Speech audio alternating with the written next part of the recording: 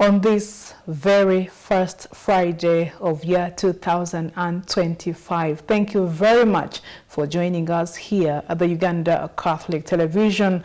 I am Sunday Gloria Abwatch with Uctv News. Now, in a bold step towards embracing the future, the Ugandan government is set to establish a dedicated task force to develop strategies and policies on artificial intelligence, AI. The State Minister for National Guidance, Godfrey Kabyanga-Baluku, under the Minister of Information, Technology and National Guidance, confirmed this initiative, emphasizing that AI is here to stay. Minister Kabyanga highlighted the importance of creating a structured team to oversee AI's integration, monitor its operations, and ensure its benefits are maximized while addressing potential risks. To expect from this ministry. On the BPO policy, we have already now, we processed the BPO policy. It was passed by cabinet. So we have a policy in place right now, and therefore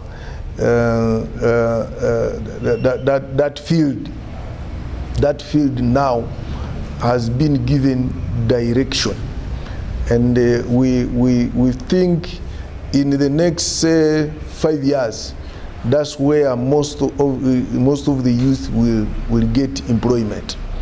We target more than say 9 million jobs using BPO. And for those who are not familiar with BPOs, this is business processing outsourcing. In simple terms, it's you can do offshore jobs even when you are in this country. You don't need to go to China to go and work. You can even do your work in China when you are in Uganda. So this ministry is really preparing. Next year will be a very, very hectic year. First of all, we are going into the election period, and then social media will be awash with so many things. But just as I've told you, we are now expanding the infrastructure. Our service providers, the private sector, are also expanding. All these telecom companies are now expanding. We want by the time of elections in 2026, every part of this country must be having a telephone network, and we must also be having internet network, so that transmission of results is easy, monitoring of results is easy. So the ministry will be so busy, because we have to regulate the telephone companies, we have to build our own infrastructure to supplement what the private sector is doing. So we shall be a very, very busy ministry. And because digitalization now is the in thing, it has to keep us very busy.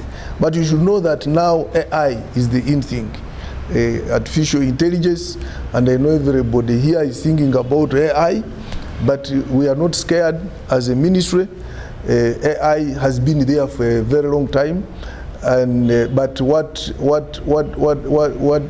we are now trying to do, we are setting up a task force very soon, so that we see how we lay down, we first of all make a strategy how we should move with the AI, and then the policy, so that things don't move in a haphazard way, because AI is a double-edged sword.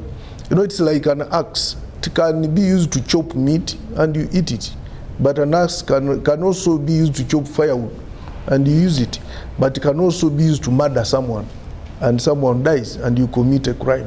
So we are not going to avoid it. It is here, but what we can do now as government is to ensure we regulate its use, and then we lay down a strategy on how things should move.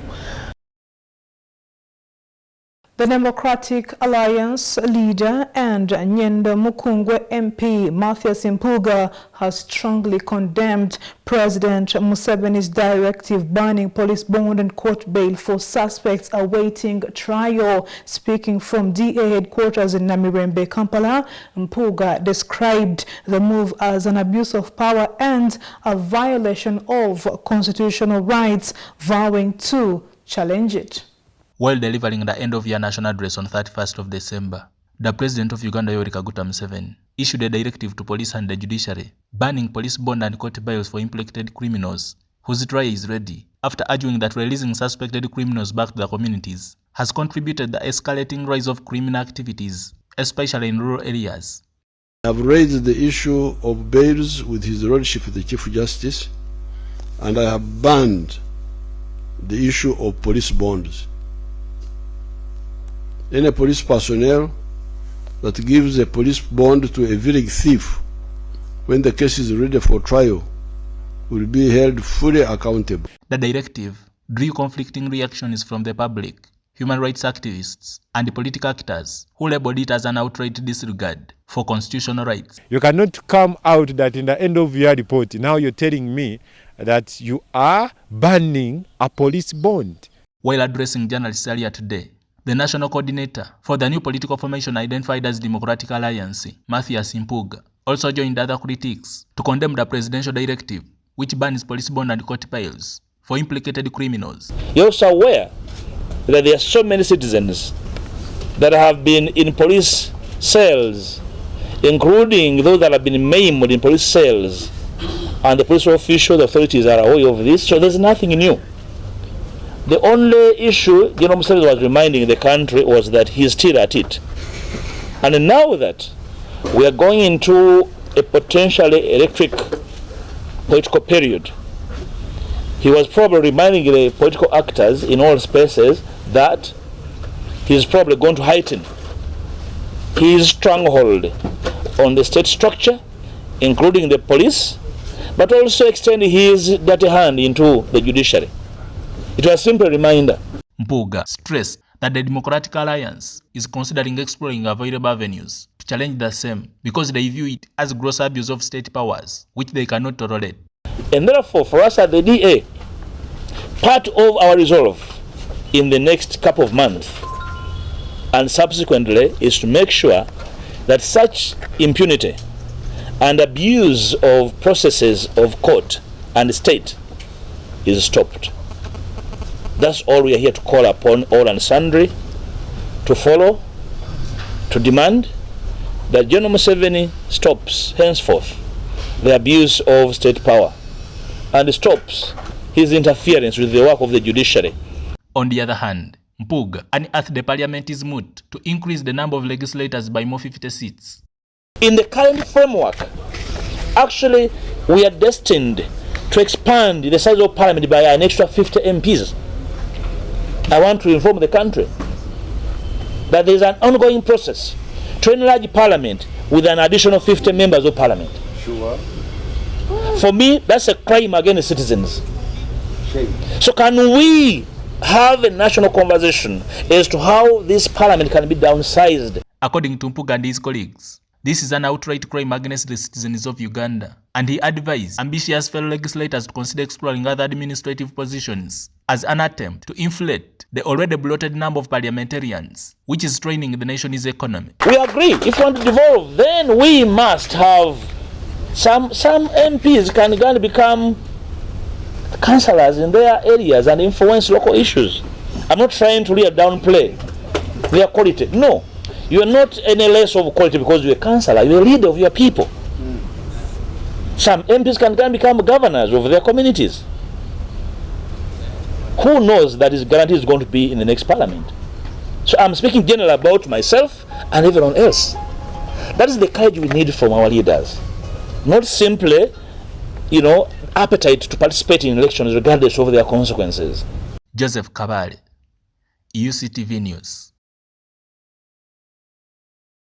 The Uganda Banyarwanda Cultural Development Association, under the leadership of Chairperson Simon Kaitana, has unveiled an ambitious 10-point program aimed at advancing prosperity, dignity, and active participation in governance for their community. Speaking at a press briefing in Kampala, Kaitana emphasized key priorities such as fostering stronger connections with other ethnic groups, driving economic empowerment, and strengthening diaspora networks. On the same occasion, Fred Mukasambide, the association's national legal advisor, reaffirmed their commitment to advocating for an amendment of Article 10 of the 1995 Constitution. He noted that the amendment seeks to address the exclusion of some Banyarwanda, which has led to mistreatment and marginalization within Uganda. And the first point is continuation of advocacy. Advocate for the amendment of Article 10 to better represent the interest of the rights of Banyarwanda people. Point number 2, unity initiatives. Promote unity among the Banyarwanda to foster solidarity, cohesion, and collective progress. Like the president, the chairman has adumbrated to you, amongst all organizations we are going to work with shall include the political parties. We are going to roll out a plan for meeting and lobbying of political organizations in Uganda to explain our cause and have their backing as we transcend the nooks and crannies of the whole country. Number 3, we are providing a fully-fledged memorandum to the government of the Republic of Uganda that has got everything that they may not even need to research. We are providing the whole jurisprudence on the law on citizenship in Uganda, and particularly the fact that Banyarwanda have at all times been citizens of Uganda except for the enactment of the 1995 Constitution that rendered them stateless. We shall provide all material to do with the British Protected Persons Order 1934 that made them also citizens. The British Nationality Act 1948-1949, it equally made them citizens. The 1962, 66, and 67 constitutions that never amended that position, and the fact that there was no other country to belong to, not even Uganda, except when Uganda got independence in 1962. That is when you determine citizenship from, and protected persons existed even before Uganda was actually declared as a sovereign state. We have done all that research. We have provided it. It's a fully-fledged memorandum. It is published. We shall hand it over to the President of the Republic of Uganda. If he can amend an article on age, and it includes even kicking everybody, including members of parliament, why not this article that includes several people? We didn't have many people that wanted to be president beyond 75. I think he was, if you needed an opinion poll, he was only one, but that was passed. This that has got a backing of 6 to 8 million people can be passed even in record half a day. This is what we intend to do. Today, what the chairman has told you, we have renewed our creed for the liberation of the people, for the liberation of Banyarwanda from the fangs of statelessness. This is the creed that has got to be renewed, and the chairman. As we continue, the Ugandan government has kicked off a major recruitment campaign to hire 2,821 teachers and non-teaching staff for 91 seed secondary schools nationwide. This initiative under the Uganda Intergovernmental Fiscal Transfers Program aims to strengthen the education sector ahead of the upcoming school term. Qualified persons have been invited to apply for the vacant positions in the seed schools built under Uganda Intergovernmental Fiscal Transfer Program, or UGIFT for short. Each school will receive 31 staff, and these will include 2 administrators, meaning head teacher and deputy head teacher.